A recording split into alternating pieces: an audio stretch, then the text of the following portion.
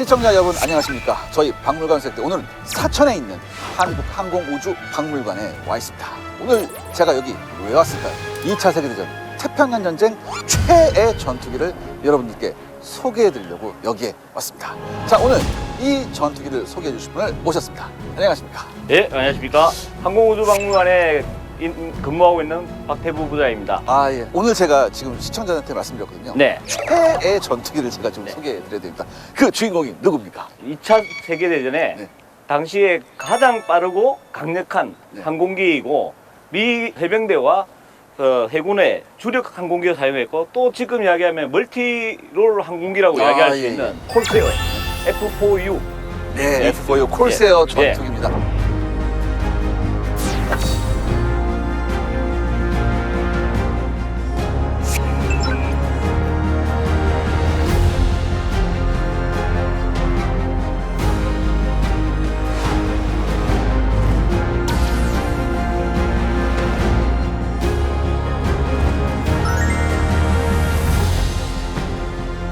저는 솔직히 뭐 2차 세계대전 최강의 전투기가 뭐냐라고 했을 때 바로 이 콜세어였다. 전 이렇게 말씀드리고 싶습니다. 네.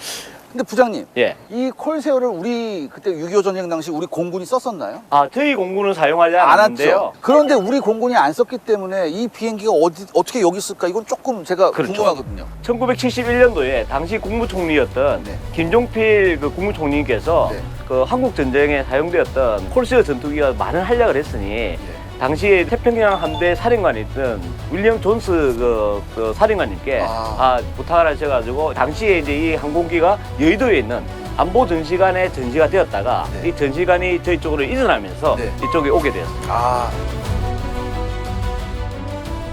태평양 전쟁뿐만 아니라 우리 6.25 한국 전쟁의 유물 중에 유물이네요. 그렇다면 그렇습니다. 지금부터 이 콜세어의 디테일을 한번 보겠습니다. 일단 부장님, 비행기가 크니까 엔진도 엄청 커요. 아, 그렇죠. 항공기가 강력할 수밖에 없었던 거는 이 엔진이 어마어마합니다. 당시에 이 엔진이 프레시트니사에 R2818W 앞에 9개, 뒤에 9개 해서 총 18개의 피스톤 엔진을 돌려서 강력하게 돌아갔습니다. 근데 일설에 의하면 이 엔진이 어마어마해서 이 콜세어의 날개가 꺾였다 이런 얘기가 있거든요. 그렇습니다. 이게 맞나요? 네, 뭐 정확하게 말씀들 하셨는데요. 네. 함대기라고 하는 게 이제 항공모함에 이착을 해야 되는데 그렇죠. 그렇게 하려고 하면은 무엇보다도 랜딩 기어가 튼튼해야 됩니다. 아, 그렇죠. 튼튼하다 보니까 이제 대개 보면 랜딩 기어가 되게 짧아요. 예, 짧고 굵어야 되는데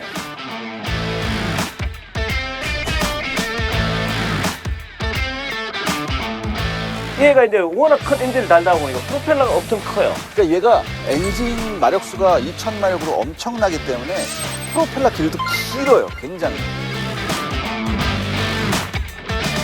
짧은 랜딩 기어와 큰 프로펠러 이 두 개를 다 만족시키려다 보니 일반적인 어떤 항공기의 형상으로는 비행기가 이착할 때 아마 바닥에 긁힐 수가 있어요. 프로펠러가 바닥에 다니는구나. 이제 그렇게 하려다 보니까 고민을 많이 한 거죠. 네. 그러다가 이제 그러면 날개를 역갈매기 형상이라고 하는데 이런 식으로 만들면 짧은 랜딩 기어를 유지하면서 튼튼하게 만들 수 있겠다라고 해서 정말 멋진 역갈매기형의 콜세어가 탄생했습니다. 그러니까 여러분들 이거예요. 비행기 날개가 직선되면 얘가 짧으면 얘가 닿으니까 얘를 밑으로 한번 이렇게 해서 가장 이렇게 톡 튀어나온데 밑으로 한번 여기에다 랜딩 기어를 하면 이제 이게 랜딩 기어 짧은 게 좀 보강이 되잖아. 얘가 조금 올라가잖아. 그래서 이렇게 한 거예요.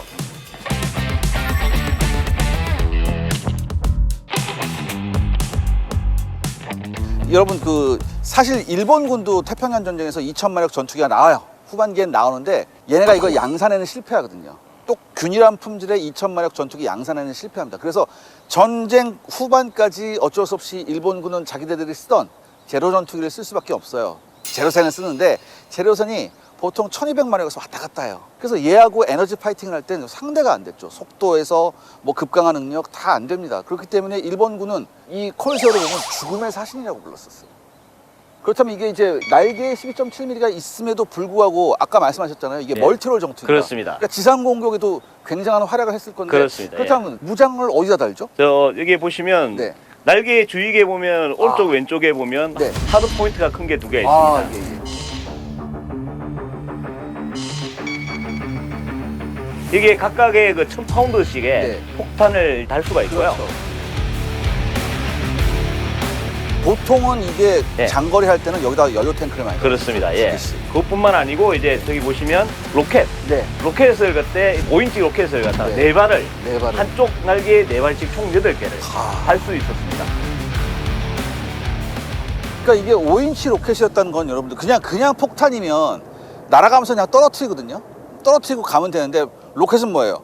표적을 당해서 쇄도를 해야 된다고. 그럼 당연히 지상에서는 뭐예요? 대공포, 그다음에 병사들도 총 쏘겠죠. 적군들도 총 쏠 거 아니에요. 웬만한 걸 다 견딜 수 있었다는 얘기예요. 얘가 굉장한 활약을 했습니다. 그 다음에 한쪽 날개에 12.7mm 기관 중기관총이 3개나 있습니다. 보통 이게 양쪽에 기관총이 3개 있는데 이게 적기를 쏠 때는 700m 앞에서 교차되게 해놨어요. 그래서 500m 정도에서 사격을 시작하면은 웬만하면 다 맞았다. 그리고 장갑이 허약한 일본군 전투기는 여기에 맞으면 산산조각이 났습니다. 그런데요, 부장님. 예. 이 콜세어의 진 면목을 보려면 이 정면이 아니라 옆에서 봐야 되지 않습니까? 네, 그렇습니다. 아, 예. 옆으로 한번 가보겠습니다. 아, 여기에서 보니까 이 콜세어의 진 면목이 드러납니다. 여러분, 일단 비행기가 엄청 길고요. 그 제가 근데 조금 궁금한 게요. 네. 보통 이 전투기 조종석 있는데 옆에 바로 날개가 있는 경우가 많거든요. 네, 그렇습니다. 근데 콜세어는 조종석 바로 앞쪽에 날개가 굉장히 치우쳐 있네요. 그렇습니다. 이게 왜 그렇죠? 엔진이 워낙 크다 보니까 네. 엔진 들어가고 옆에 이제 또 연료 탱크도 들어가야 되고 네. 그러다 보니까 동체의 앞쪽이 기수의 앞쪽이 길어질 수밖에 없는 상황입니다. 근데 이렇게 되면은 이게 장점만 있는 게 아니라 문제점도 좀 있었을 것 같아요. 그렇습니다. 이게 함재기로 활용되다 보니까 네. 실제로 이제 항공기에 이제 아래 위로 움직이는 피치가 있죠. 그렇죠. 예, 예. 이런 그 항공모함에 이착륙을 하려고 하면 전방 시야가 좋아야 되는데 네, 네. 그런 것 때문에 많이 안 좋아가지고 아. 경험이 부족한 조종사들은 많이 힘들었다고 이야기를 하시더라고요. 그렇죠. 예. 그래서 태평양 전쟁에서 얘가 나왔을 초기에는 항공모함에서 사고가 많았어요. 그래서 지상기지에서 많이 섬 점령하잖아요, 해병대가. 그럼 그 점령한 데다 비행장 만들고 거기서 출격하고 막 그랬었거든요. 그리고 이게 전체적으로 방탄이 튼튼하잖아요. 그렇습니다. 캐노피뿐만 아니라 네. 후면에 있는 부분, 전면에 있는 네. 부분이 방탄으로 되어 있고 조종사의 시트, 그다음 밑에 있는 깔판까지도 야. 전부 다 방탄이 되어 있는데 네. 더더욱 놀라운 것은 연료 탱크가 당시에 이제 연료 탱크의 재질이 바깥쪽은 금속으로 되어 있지만 안쪽은 러버 컴파운드라고 고무 합성물로 제작이 되어 있어서 총탄이 피탄되었을 경우에 네. 구멍을 바로 고무가 메꾸어줘요. 아, 네, 그렇게 해서 이 항공기가 추락되는 걸 막을 수 있는. 당시로선 최첨단이군요. 네, 그럴 것 같습니다. 그러니까 원래 이 최첨단 기술은 하이엔드 전투기에 넣어요. F-22도 그렇잖아. 하이엔드에다가 최첨단을 넣습니다. 그렇다면 만약에 그런 여러 가지 조치가 있었다면 이 콜세어 조종사의 이 생존율이나 이런 건 굉장히 좋았겠네요. 그 실제로 일본 태평양 2차 대전 때 네. 실제로 이제 교환 비율이라고 하죠. 네. 그게 보통 한 대당 11대, 1대 11이 넘었다라고 들었습니다. 그러니까 얘 한 대 떨어질 때 재료가 11대 떨어졌다. 이렇게 이해하시면 됩니다. 그러니까 일본군 조종사에 있어서 싸우기 싫은 거예요. 그러니까 이런 증언도 있죠. 아무리 총으로 자기가 쏴서 두들겼는데 떨어지질 않는다. 네. 도대체 어떻게 된 거냐. 그러면 여러분 뭐 일본군이 막 맨날 뭐 머리띠 들고 가미까지 막 하는 것 같아도 일단 공중전에서 그런 일이 벌어지면 예, 좌절할 것 같아요. 그렇습니다. 엄청 좌절하겠죠. 더군다나 제일 중요한 게 이 콜세어가 아까 잠깐 말씀드렸는데 우리 6.25 한국전쟁에서 대활약을 했었죠. 네, 그렇습니다. 네. 콜세어가 네. 참전이 된 거는 바로 6.25 직후인 7월 달에, 네. 7월 달에 이제 그 항공모함에서 이륙을 해서 실제적으로 북한군이 남하하는 것도 막았지만 낙동강 전투, 그리고 우리가 이제 중국군에게 우리가 알고 있는 장진호 전투. 장진호 전투. 네, 이런 쪽에도 많이 그 활약을 했습니다. 아, 예. 네. 특히 장진호 전투에 관련해서는 저희가 조금 그 기억해야 될 사람이 있는데 아, 그 누굽니까? 예, 예전에 그 2차 세계대전만 하더라도 조종사들이 대부분이 이제 백인 위주로 되어 그렇죠. 있었습니다. 예. 근데 그때 당시에 거의 최초에 미 해군 흑인 조종사가 있었습니다. 아, 예. 누굽니까? 제시 브라운. 제시 브라운.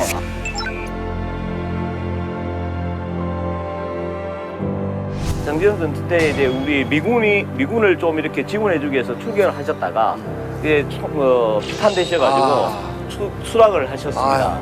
그분을 하고 이제 짝이 되었던 네. 그분이 사실 비상 착륙을 해서 그분을 구하려고 노력을 하셨는데 네. 또 불구하고 네. 그분이 이제 다리가 끼어서 못 나오는 바람에 그분이 돌아가시게 됩니다. 네, 네. 이 자리를 빌어서 한국 전쟁에 참전하셨던 미군뿐만 아니라 모든 참전국 그리고 우리나라 국군 이런 분들 희생당하신 분들의 그러한 그 어떤 노력과 어떤 희생이 없었으면 지금의 우리가 잊지 못하지 않았냐 네. 라고 생각되고 정말 그분들에게 감사의 말씀드립니다. 아, 감사합니다. 예, 예. 이게 우리는 자유대한민국을 수호해준 그런 중요한 유물 중에 하나입니다, 여러분들. 그런 의미에서 여러분들 사천에 오시면 꼭 이 박물관 한번 들려주십시오. 여기에 굉장히 관리가 잘 돼 있거든요. 관리가 잘 돼 있는 전투기들 유물들이 많으니까 특히 여러분 여기 와서 콜세오 보시면서 제시 브라운 그 파일럿도 한번 생각해 주시기 바랍니다. 오늘 부장님 덕분에 제가 이 콜세오를 좀 더 풍성하게 알 수 있었던 것 같아요. 감사합니다. 감사합니다. 예. 자, 오늘 여러분들 박물관 세트 수색 완료했습니다.